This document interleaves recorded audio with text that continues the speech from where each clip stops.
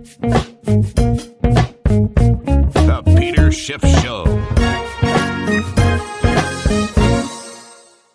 Today's podcast is sponsored by True Niagen. True Niagen helps fuel the cell's energy engines, maintains cellular metabolism, and even supports a healthy heart in combination with a healthy lifestyle. And now you can save 20% on your first purchase at TrueNiagen.com/Peter when you use the promo code Peter. These statements have not been evaluated by the Food and Drug Administration. This product is not intended to diagnose, treat, cure, or prevent any disease. The podcast is also sponsored by Shopify. Shopify is a platform designed for anyone to sell anywhere, giving entrepreneurs like me the resources once reserved for only the biggest of businesses. To get a free 14-day trial and full access to Shopify's entire suite of features, just go to shopify.com/gold.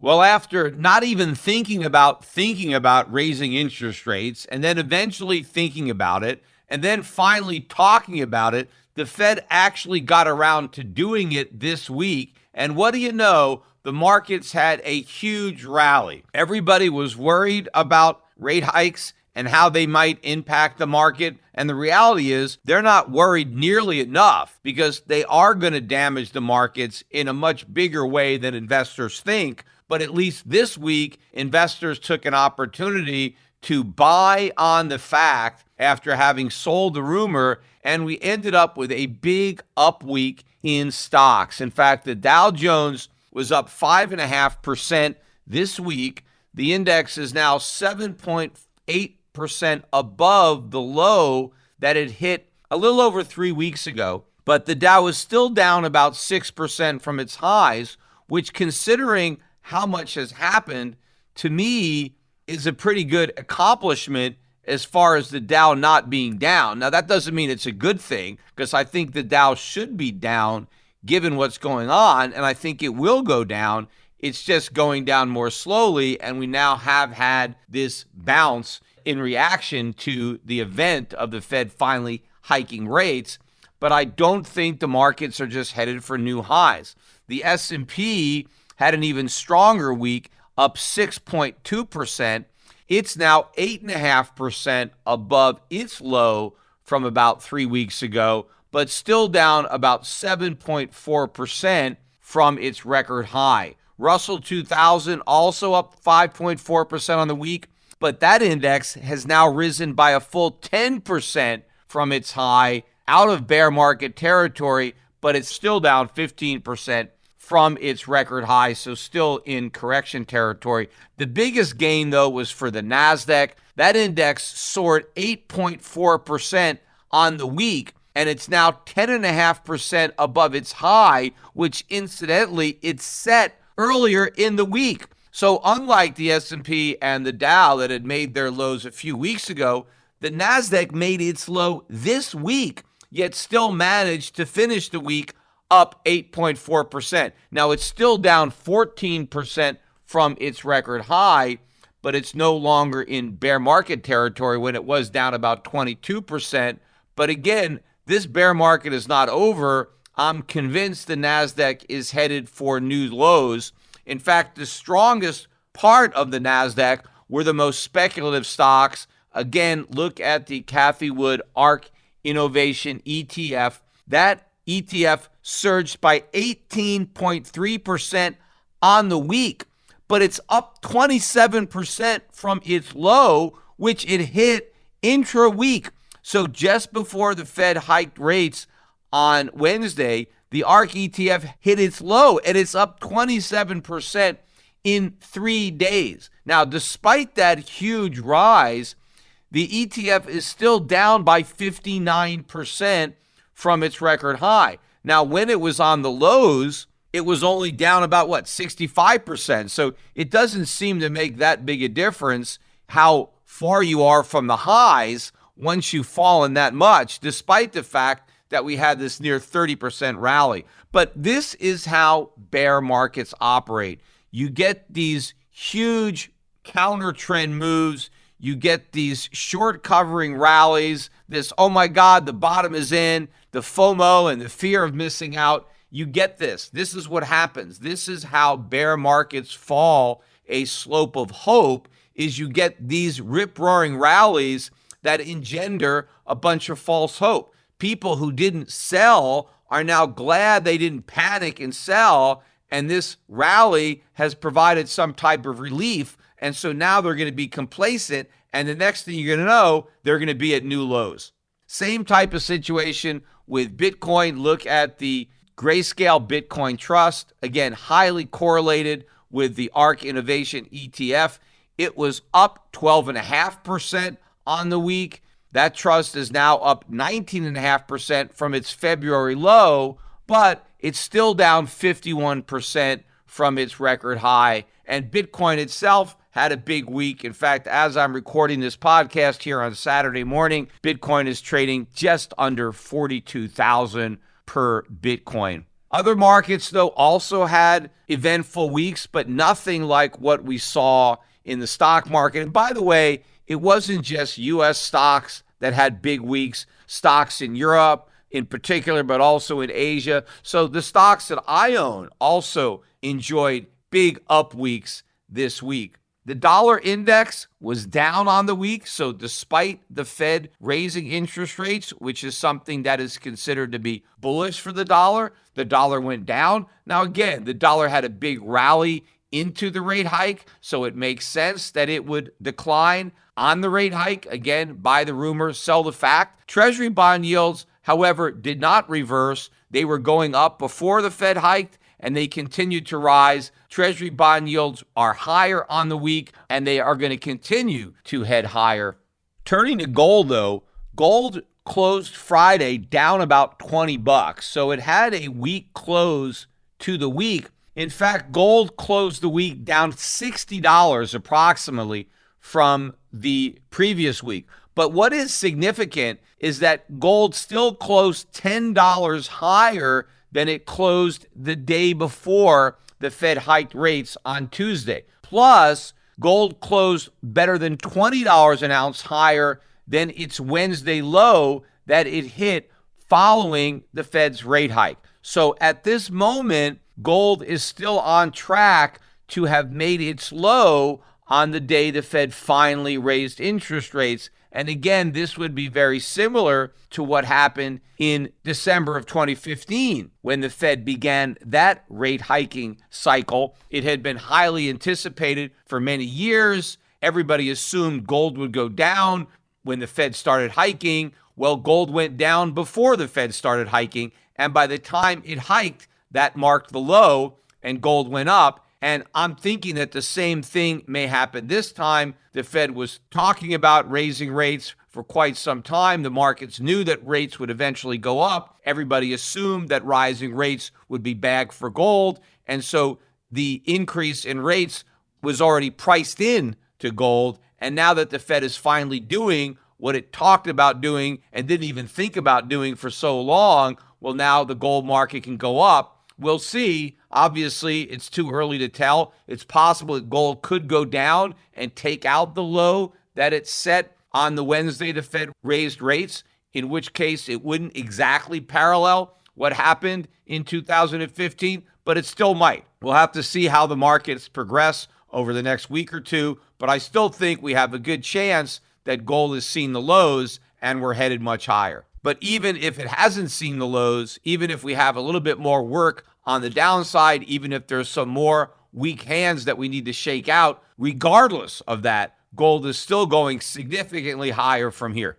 From head to toe, your body is made up of trillions of cells, which are all busy performing their specific functions to keep you healthy and resilient. But to keep up with all the work, a sufficient supply of an essential molecule called NAD+ must be maintained for cells to perform their optimal functions, which includes creating ATP for cellular energy, cellular repair, and supporting healthy mitochondria. Many common lifestyle factors that can decrease your cell's NAD+ supply include alcohol consumption, excess sun exposure, a poor diet, and even environmental factors such as pollution. True Niagen is a supplement that helps fuel the cell's energy and can safely and effectively elevate your NAD+ levels, giving each one of your hardworking cells exactly what it needs to perform at its best. True Niagen addresses the non-visible signs of aging, like cellular energy production, and helps support heart and muscle health. And right now you can save 20% on your first purchase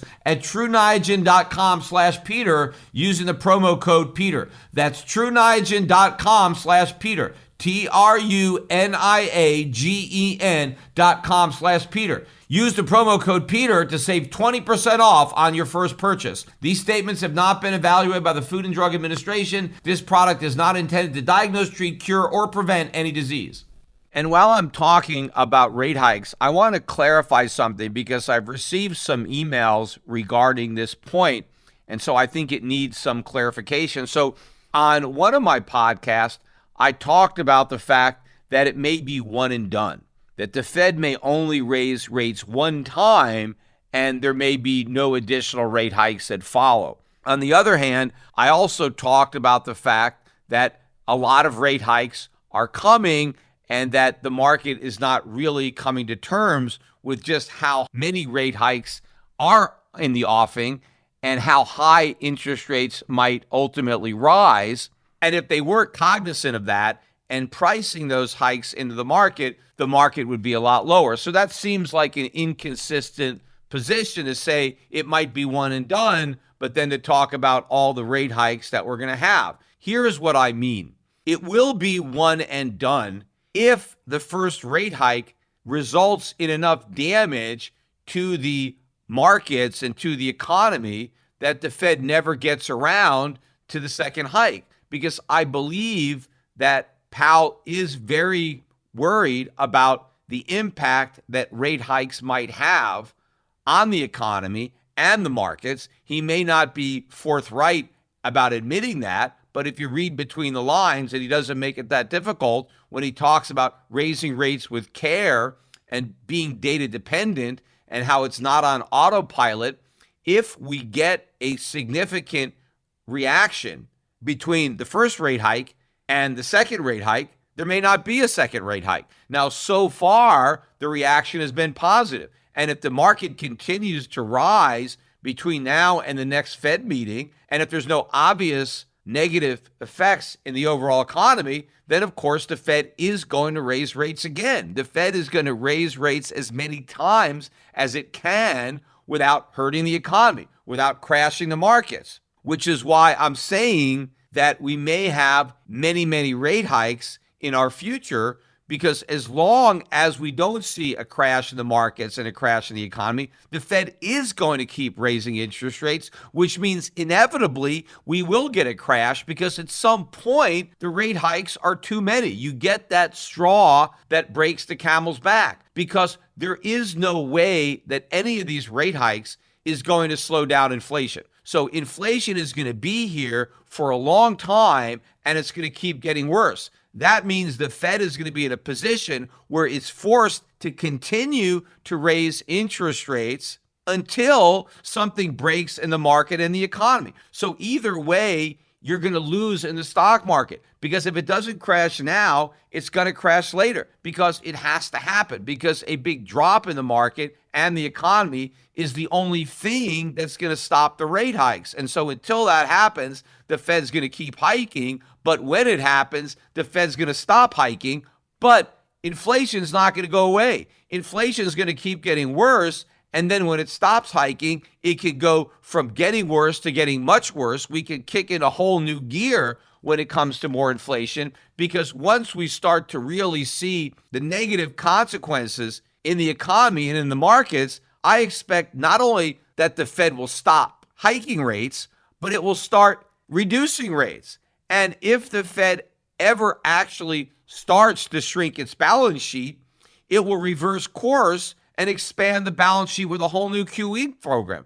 In fact, if you look at what happened to the Fed's balance sheet in the most recent week, this is the week ended March 16th, the Fed's balance sheet expanded by another $43.6 billion So it's now at a new all-time record high of $8.954 trillion.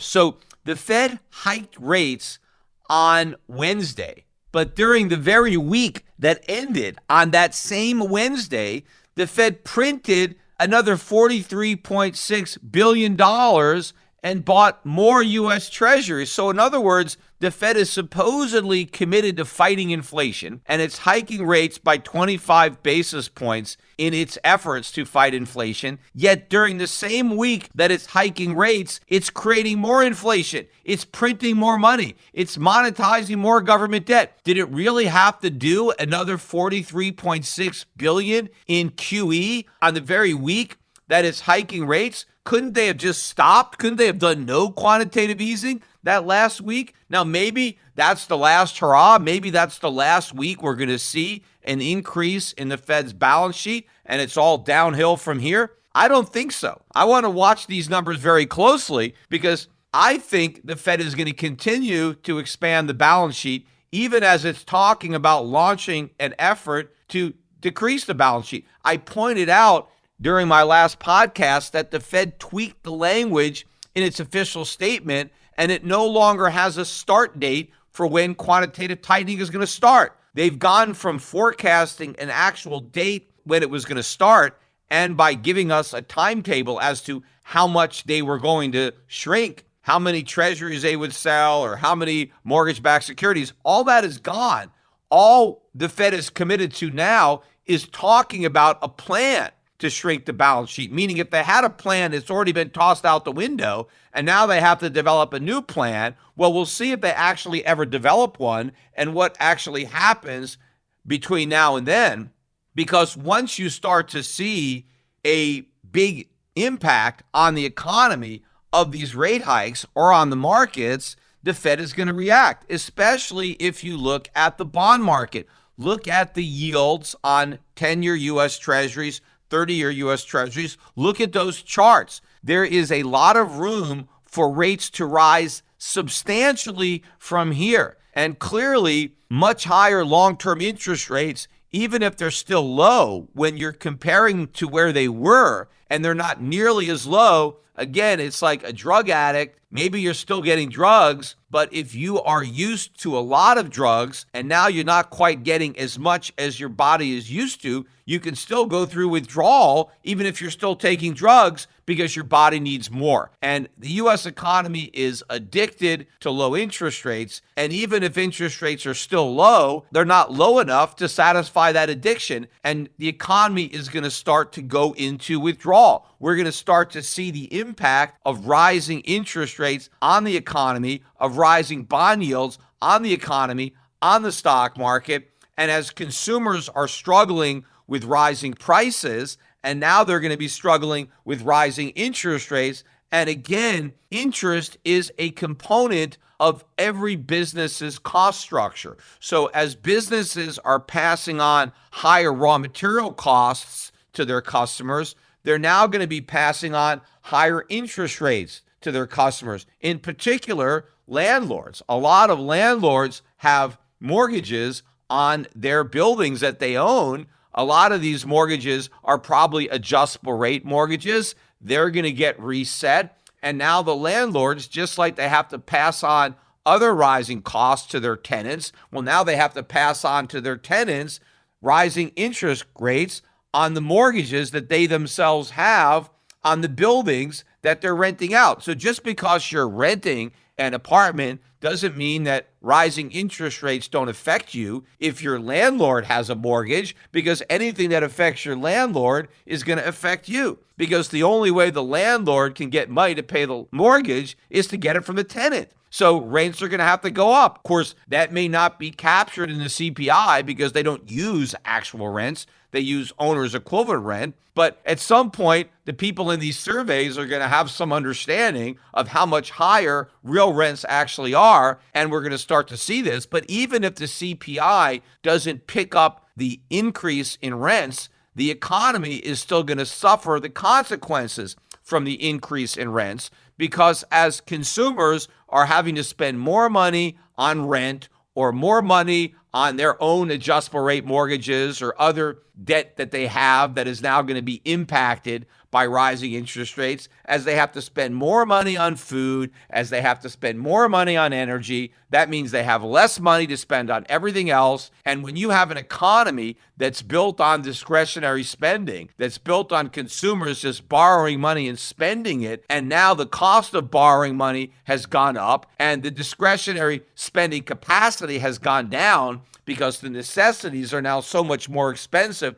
than they used to be, that can't happen in a vacuum. There is going to be a big consequence. And normally, the Federal Reserve would not be raising interest rates in an environment like this, where you have all this weakening economic data, where you have consumer confidence levels plunging, where you have all this geopolitical uncertainty and risk being introduced by a war in the Ukraine. There's no way the Fed would be raising interest rates. In fact, given everything that's going on, this is when the Fed would be cutting interest rates to come to the rescue. But instead of cutting interest rates, they're starting to raise them. And the only reason they're doing that is because of inflation. And that is the game changer. Because in the past, the justification for all the cheap money, the QE, 0% interest rates, everything the Fed did was justified based on an absence of inflation, based on the fact that inflation was below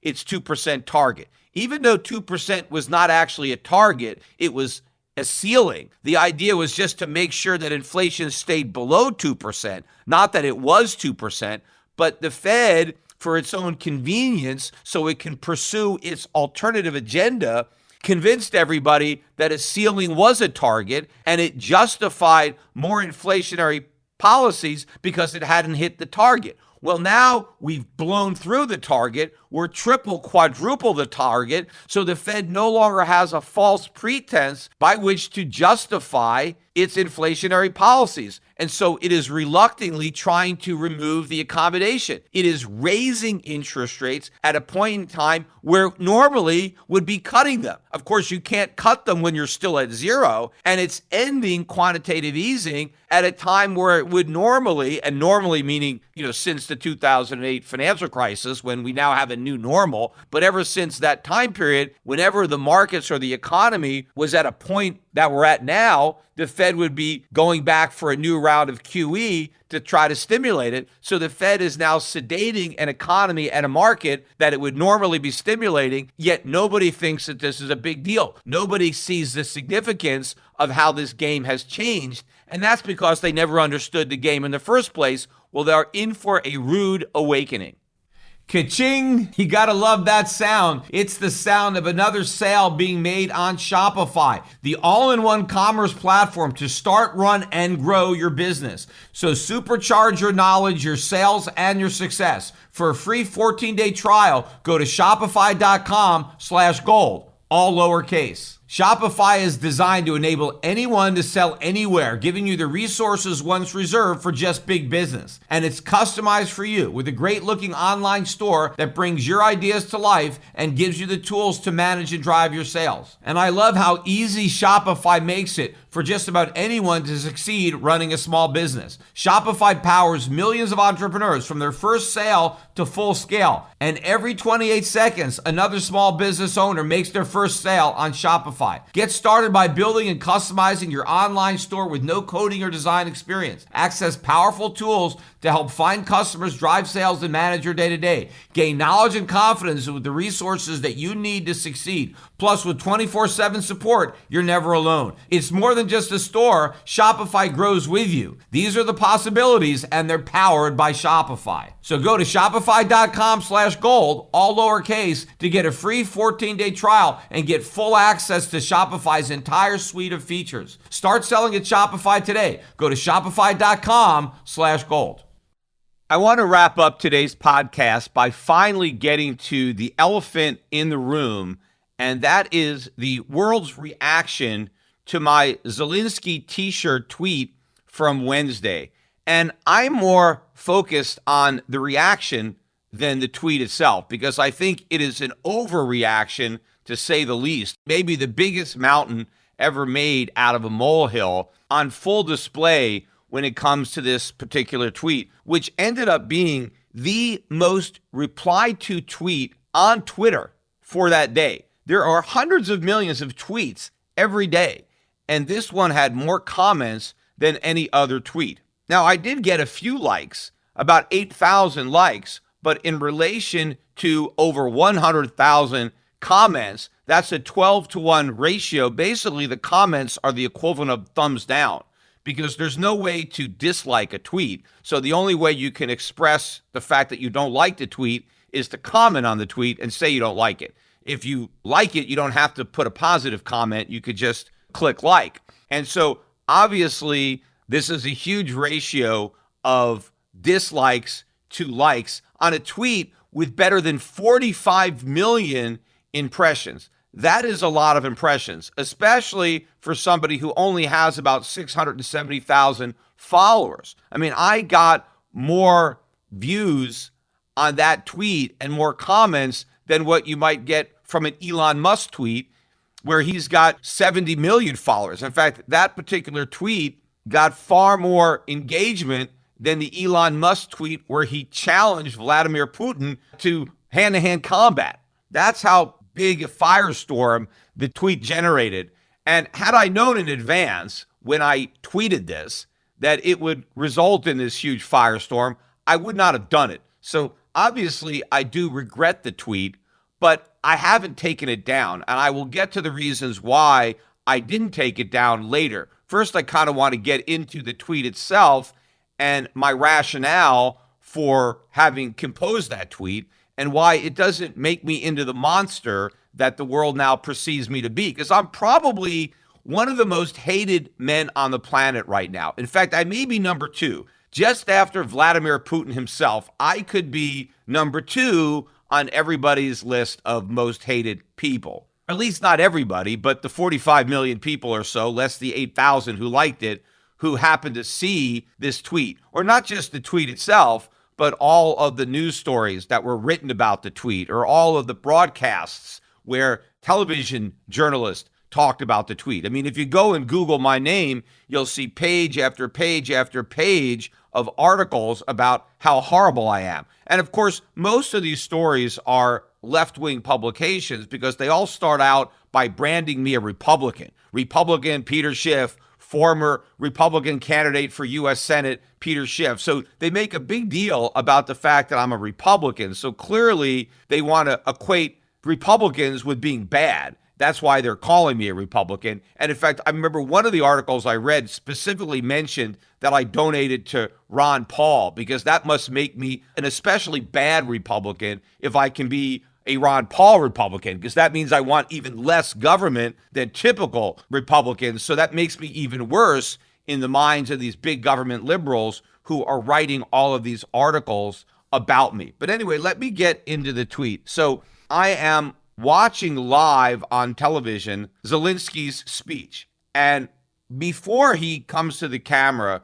I'm listening to the way they're describing this historic event. This is the first time a world leader has ever addressed a joint session of Congress remotely. And it's even rare that people have joint sessions of Congress. When you have both houses convene for a joint session, it's a big deal. And so they're talking about and they're building up this huge event, this big deal. We're about to see the president of the Ukraine. He's going to address Congress. And so I'm watching, I'm getting ready for it. And then all of a sudden there he is, and he's wearing a short sleeve t-shirt. And the first thing I'm thinking is, why couldn't he put on something nicer than that t-shirt? He's addressing Congress. This is a big deal.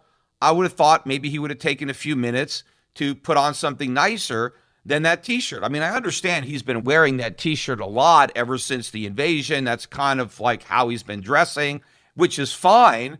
But I just thought for this occasion, for the half hour or so that he was speaking before a joint session of Congress, that maybe he can put on something a little nicer. So I decided to tweet about it in real time. Right? I'm watching the speech, so this is right at the beginning, and I tweeted out, hey, doesn't the president of the Ukraine own a suit? Couldn't he have worn something nicer just out of respect for Congress and his own people? He's representing the Ukrainian people before the U.S. Congress.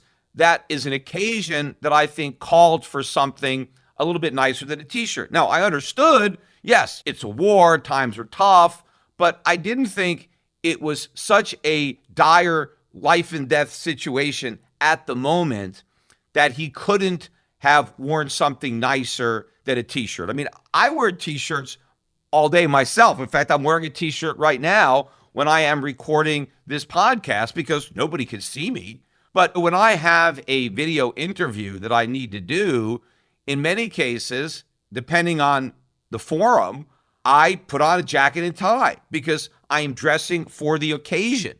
On 2 occasions, I happened to testify before Congress, and both times I wore a suit and tie. In fact, everybody else who was testifying wore a suit and tie. Why did I wear that suit and tie? Because I thought it was an appropriate dress for the occasion. And by wearing that suit and tie, I want to show some respect for Congress, not the individual congressmen and women. I have no respect for them. And in fact, if you watch any of the YouTube videos of my 2 congressional testimonies, it's clear by the way I talk to these guys that I don't respect them. But I respect the institution. I respect the country. And it was out of that respect that I wore a suit and tie. So my initial thinking was he should have dressed a little better.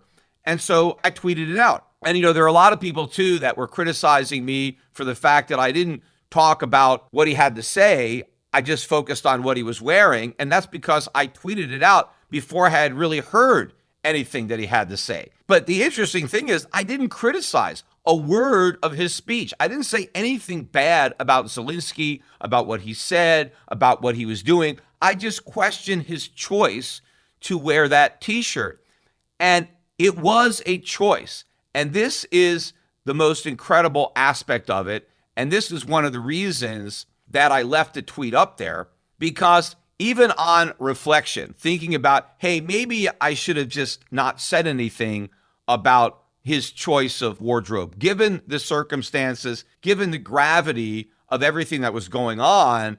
I was kind of making light of it by focusing on his t-shirt. Now, I'm just tweeting, so I don't think that's a big deal, right? I mean, it's like I'm just watching it and I'm just expressing a thought that I had in real time. I'm sure that other people, though they won't admit it, might have been thinking the same thing. They may have expected him to put on something a little nicer than that t-shirt for this historic, important speech that he was giving. But sure, with the benefit of hindsight and a little reflection, it really didn't matter. And so I didn't have to send out that tweet. But what's far more important than the tweet and whether or not I shouldn't have sent it or whether or not it was a mistake is the reaction that it sparked, because that's the mistake. That's where you go from a mistake to being complete insanity.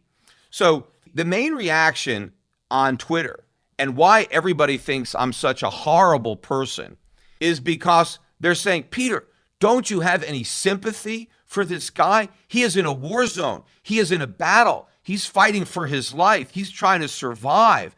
He doesn't have access to a suit. There's no way he could put on a suit. There's no dry cleaners left in the Ukraine. There's no place to get the suit pressed. It's been bombed. Even if he had any suits, they've probably been destroyed. He's in the middle of a battle. How do you expect him to put on a suit? This is what people are texting. Now, probably most of these people didn't even see the speech, right? They have no idea the circumstances under which it was delivered. Somehow in their mind, he's out on a battlefield somewhere. He's like Rambo killing Ruskies barehanded, and he's in this foxhole, and he just happened to crawl out of the foxhole, risking his life. Bullets are flying overhead, mortar shells are going off, and he wants to address Congress. And here I am criticizing the guy because he didn't have a suit and tie with him in that foxhole to slip into, which clearly is not the case because he was not on a battlefield. Yes, his country is at war. I get that. But during the time of this speech, he was indoors in some building. He was behind a desk. He had professional lighting shining on him. He certainly took a lot of time to make sure he looked good. I believe he had makeup on. I mean, not makeup like a woman is going to wear, eyeshadow and lipstick, but powder, right? Every time I've gone on Fox or CNN or one of these stations, you sit down and they put all this powder on your face so that you look good on camera. Your complexion looks good. You're not reflecting the light. And based on his complexion and the way he looked, I would say that he had that powder on at a minimum applied to him before he went on camera. In addition, his hair is very meticulously combed. He doesn't have a single strand out of place. I mean, probably has some hairspray on just to make sure there's no flyaways for the camera. He is definitely clean shaven, so he had time to shave. In fact, his beard looks like it had just been trimmed. In fact, his beard always looks like he's trimming it. Every single day, he is keeping himself well groomed. So if he had time to do all this stuff, he certainly could have slipped on a long sleeve shirt, with a collar. In fact, one of the tweets that I got in response to my tweet, I basically said that. I said, he didn't have to wear a suit. I mean, a suit is just something that I threw out there. But what initially kind of stood out to me as being inappropriate, it wasn't that he wasn't wearing a suit. It's just that he was only wearing a t-shirt. And I said, maybe he could have put on a long sleeve collared shirt and that would have been okay. And in fact, that is exactly what he did the following day. On Thursday, he gave a similar speech in front of the German parliament. And that's exactly what he did. Over his t-shirt, and you can see the t-shirt because he didn't button the top button of his button-down shirt, but he did wear a long sleeve shirt buttoned down with a collar, and he looked a lot better. In fact, had he worn that shirt the day prior in front of the U.S. Congress, I'm sure I never would have tweeted because, again, it was the t-shirt more than anything that stood out than the fact that he wasn't wearing a suit. But in my tweet, the initial one, I mentioned a suit. But, when I talked about the fact that he had time to shave and trim his beard and do his hair, and if he had all that time, he could have slipped on something less informal than a t-shirt. One of the responses I got, which actually kind of made me laugh, the guy said to me, "Peter, how do you expect him to lug around a suit on a battlefield? Think about it." The guy said, a razor, some shaving cream, some hair gel, you can easily fit those things into a mess kit. So when he's on the run in battle, he can carry around these items in his mess kit. And so, yes, sure, he can shave and he can do his hair, but he can't also lug around a suit in battle, right? Again, like he's actually on a battlefield fighting all the time. He's not. I understand he's a wartime president, and I get that. And most of the time, as a wartime president, he's adopted that t-shirt. That's what he's wearing. Times are tough. He's fighting hard. He's a man of the people, and that's the image he's displaying. But that's also the image that he chose to display during that speech to Congress. Because my point is, it was a choice. It wasn't the circumstances where he had no choice. All the people on Twitter who are vilifying me, they're doing it because they're claiming that I have no sympathy for this man or his circumstances. And I don't understand that even if he wanted to wear a suit, it was impossible given the circumstances of war, when of course it was totally possible. He could have worn anything he wanted. He had all these resources at his disposal. The idea that he couldn't wear a suit because he couldn't have one pressed, I've never had one of my suits pressed. My suits are hanging in my closet. I wear them and wear them and wear them. I don't get them pressed. It's not like he needed to press the suit, even if he had the suit. And in fact, if he had worn a suit and for some reason I was able to tell that there was a wrinkle in that suit and that he hadn't had it pressed, obviously I could have overlooked that. I mean, gee, the guy took the time to put on a suit. I'm not going to argue that, oh, it's a little wrinkled. Okay, I understand.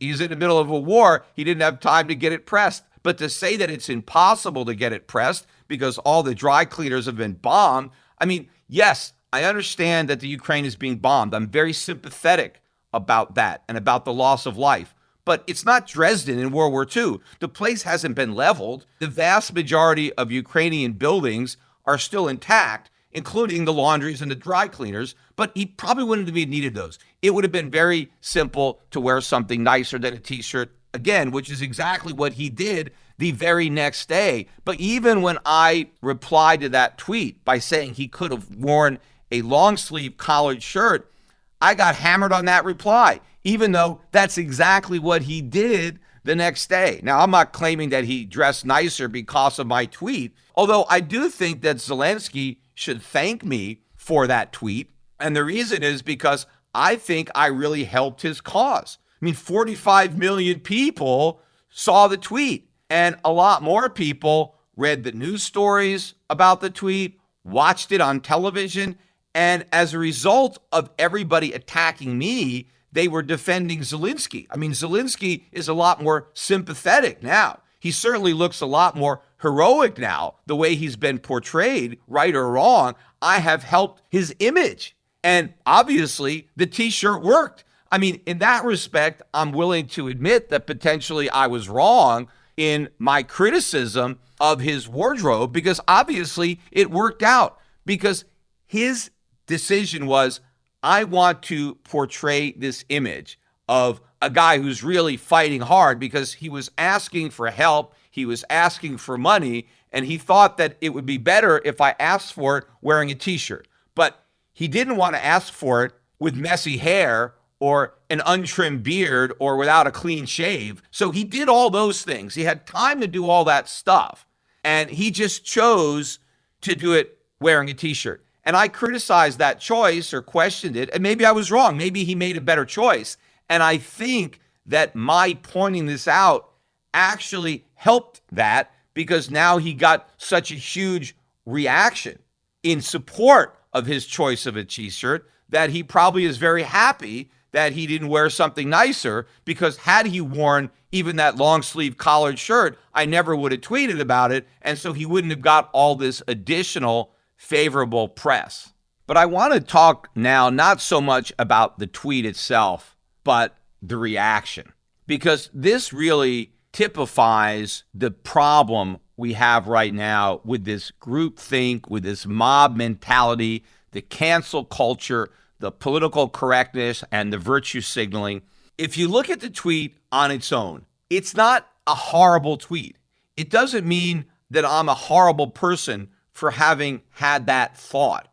But once the mob decided how awful and terrible it was, it became a litmus test of your own character, of whether you, in fact, were a good person or a horrible person like me. And so in order to prove how good you were, you had to join that bandwagon and express your hatred for me. And so everybody on Twitter who wanted to virtue signal how good they were, they had to feign how outraged they were by what I said. And the more outraged they were, why, the better a person they were. And the more hateful things they could say about me, well, that meant that they were that much better themselves. I mean, forget about the whole idea of, hey, turn the other cheek, or hey, cut the guy a break. I mean, he just said something off the cuff and maybe he hadn't really thought it out. I mean, a lot of times you say something and then later on, maybe you regret what you said, but you just say something. I have a tendency to speak my mind. That's just how I am. I tell people the truth, and, I don't pull my punches. And so sometimes you get in trouble if you tell people exactly what you're thinking at the time you're thinking it. But no, there's no slack at all. There's no second chances. It's like, oh my God, this guy is a horrible, terrible person. Let's forget about everything else he may have said or done. Look what he said. But in the context of all of the horrible things that I potentially could have tweeted about Zelensky, and then not that I'm saying I was thinking them, but there are a lot of insults that you can make, and there are a lot of them that go around on Twitter. This is probably the least offensive thing you could say. Hey, I don't think you should have worn a t-shirt, yet you would think that it was the most offensive thing anybody has ever said based on the response that I got. To me, it's kind of like the emperor in the new clothes, where everybody is afraid to admit that the emperor is naked because, if you don't see the clothes, well, then you're not intelligent enough to see them. Well, the same thing on this tweet. Every liberal, and I think it's mostly liberals, although not 100%, but everybody who's seeing this tweet if they don't get outraged by it, well, then they're not caring enough. They're not good enough. And so they have to express their outrage. But if you look at what they're saying or read what they're saying, you won't believe some of the responses that I'm getting by supposedly good, caring people that want to kick the crap out of me. And a lot of them don't just want to kick the crap out of me. They actually want me dead. I mean, some of them want to kill me themselves. Other people are hoping that I'll just do it myself and commit suicide. But it's not just wishes for death that I'm getting on Twitter. A lot of people went out of their way to find my business email address and email me. I got all sorts of hate mail at Euro Pacific Capital, even more hate mail at Schiff Radio. I mean, the inbox was inundated by people telling me to go F myself and all sorts of curse words and ways that I should die and, suggestions of maybe how I could die and all sorts of stuff. And a lot of this, would be considered illegal. I mean, people actually threatening to kill me. Some of these could pretty much go to the police. But I think a lot of people didn't just want to email me. They wanted it out in public because they wanted to virtue signal to everybody else how good they were by expressing their outrage to me and how they personally would want to kill me. But again, if you really are a good person, you would have some tolerance for a difference of opinion. And if you think somebody said something inappropriate, well, you would tell them that in an appropriate manner yourself. Because the minute you are even more inappropriate than the tweet that you're criticizing, it makes you a hypocrite, which is exactly what everybody is who is blasting me for this tweet. Now, there are some people, if you read them, there are some respectful criticisms of my tweet, and that's fine. I got no problem with people who want to criticize me for the right reason. But if you're going to criticize me because you're claiming that I don't have any regard for the circumstances that he was in, that it was during a war, and therefore he had no access to a suit or he had no access to something nicer than a t-shirt, that I'm not going to accept because he clearly did. All I questioned was his choice. And again, given the scheme of things and the gravity of the situation, maybe I should have just cut him some slack on that choice and just said nothing about it. But it was a choice. And if you can't criticize a politician, if you can't criticize a president, then who can you criticize? I mean, that's what free speech is really all about. It's about people being able to be critical of government. In fact, it's interesting. A lot of people on Twitter tried to have my tweet banned, and they wanted Twitter to take it down because they claimed it was hate speech. And the only reason I know for sure is because somebody in Germany tried to have the tweet removed as hate speech, and Twitter notified me, I guess per German law, that this was going on and that they had reviewed the tweet and decided that it didn't violate their rules, and so they weren't going to take it down. Now, I'm assuming that a lot more people in the U.S. requested that Twitter remove the tweet, but there's no law requiring Twitter to let me know, and so I didn't know about those. But clearly, there's nothing hateful in my tweet. You could say that my tweet was wrong. I mean, you could even say it was in bad taste. I mean, that's fine. That's totally legit. But if you want to talk about hate speech, it's the responses. Everybody, almost everybody who responded expressed extreme hate for me, yet I didn't ask that any of those hateful replies be eliminated from Twitter because I don't care. If people want to hate me, they have the right to hate me. If they want to express their hatred on Twitter, that's fine. Now, the death threats, encouraging people to kill me, no, because if something does happen to me as a result of that tweet, that's wrong. I don't mind people being critical of what I have to say. It's a free country, at least it used to be, and there's some remnants of freedom left. So people can go out and criticize me, but they can't harm me because I say something they don't like, which this really is the bottom line on this whole thing. This mob mentality of Me Tooing, of everybody having to pile on this bandwagon, and as a litmus test for how good they are, that's how much they have to hate me. When you look at this hatred, I've always talked about how liberals preach tolerance. They want everybody to be tolerant, yet they are the most intolerant people out there. Well, people want me to tolerate Zelensky's wearing a t-shirt. Okay, fine. I'm willing to tolerate that.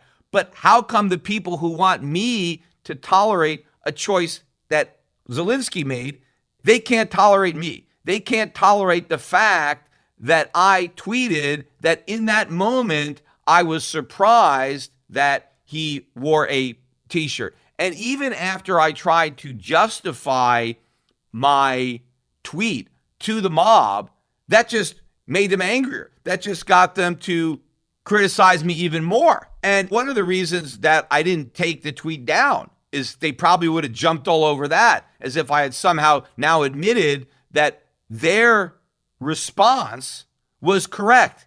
Their response was not correct. I can admit that maybe my tweet was wrong too, but their responses were even more wrong. And had I removed my tweet, I would have been acknowledging and legitimizing the way they responded to it, the way the mob responded to my tweet. And I didn't want to do that. So I had to leave the tweet up for that reason alone, not to give in to the pressure of the mob to try to get me to change my thinking due to the pressure that they were trying to put on me. And of course, a lot of people are trying to pressure me in other ways. They want to go to my employers. They want to go to my advertisers. They want to get me fired. They want to get me deplatformed. Like all sorts of people want to go out of their way to silence me, but I don't want to do that to anybody. People tweet stuff all the time that I think is outrageous, that I disagree with, but I don't interfere with their right to tweet whatever they want. I don't want to go out and get them fired from their jobs or deplatformed just because they said something that I disagree with. But in this case, not only was what I said much ado about nothing, I just criticized the t-shirt, but there is no proportionality to what they want. The fact that people want me dead as a result of this tweet. I remember one guy in particular tweeted that, well, I don't really want him dead, but I just think he should be stripped of all his worldly possessions. Yeah, so everything I own should be confiscated from me. And so you're a good person. You're criticizing me for this tweet, yet you want the government to confiscate everything I own. That makes you good. That makes you better than me just because maybe I inappropriately thought that he should have worn something nicer than a t-shirt and expressed it. But now you're saying that everything I own should be confiscated because I made that remark. Who's the bad person? Somebody who wants to dispense with the rule of law and just take everything I have? Or me, who just was surprised that he didn't put on something nicer? Because if it were me, and I get the image he's trying to portray, if I were in Zelensky's shoes giving that speech, I would have at least put on that long-sleeved collared shirt that he put on when he addressed the German parliament the following day. Or probably me, I would have grabbed the jacket and tie. If I didn't have one, I would have borrowed one. I would have tried to look a little better just during that moment. And I would have expected the members of Congress to know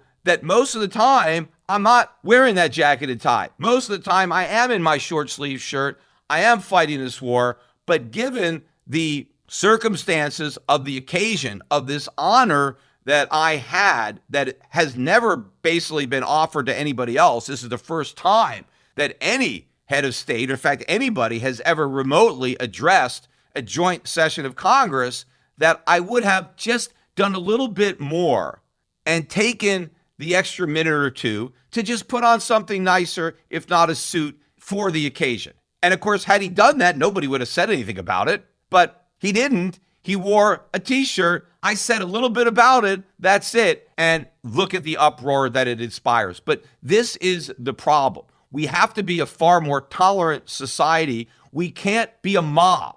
This is the type of thing that you had, let's say, in Salem with burning of witches. You have this kind of mentality, and it never leads to a positive end. So the people who were taking me to task on Twitter need to rethink this and need to think, what kind of society do you want to live in?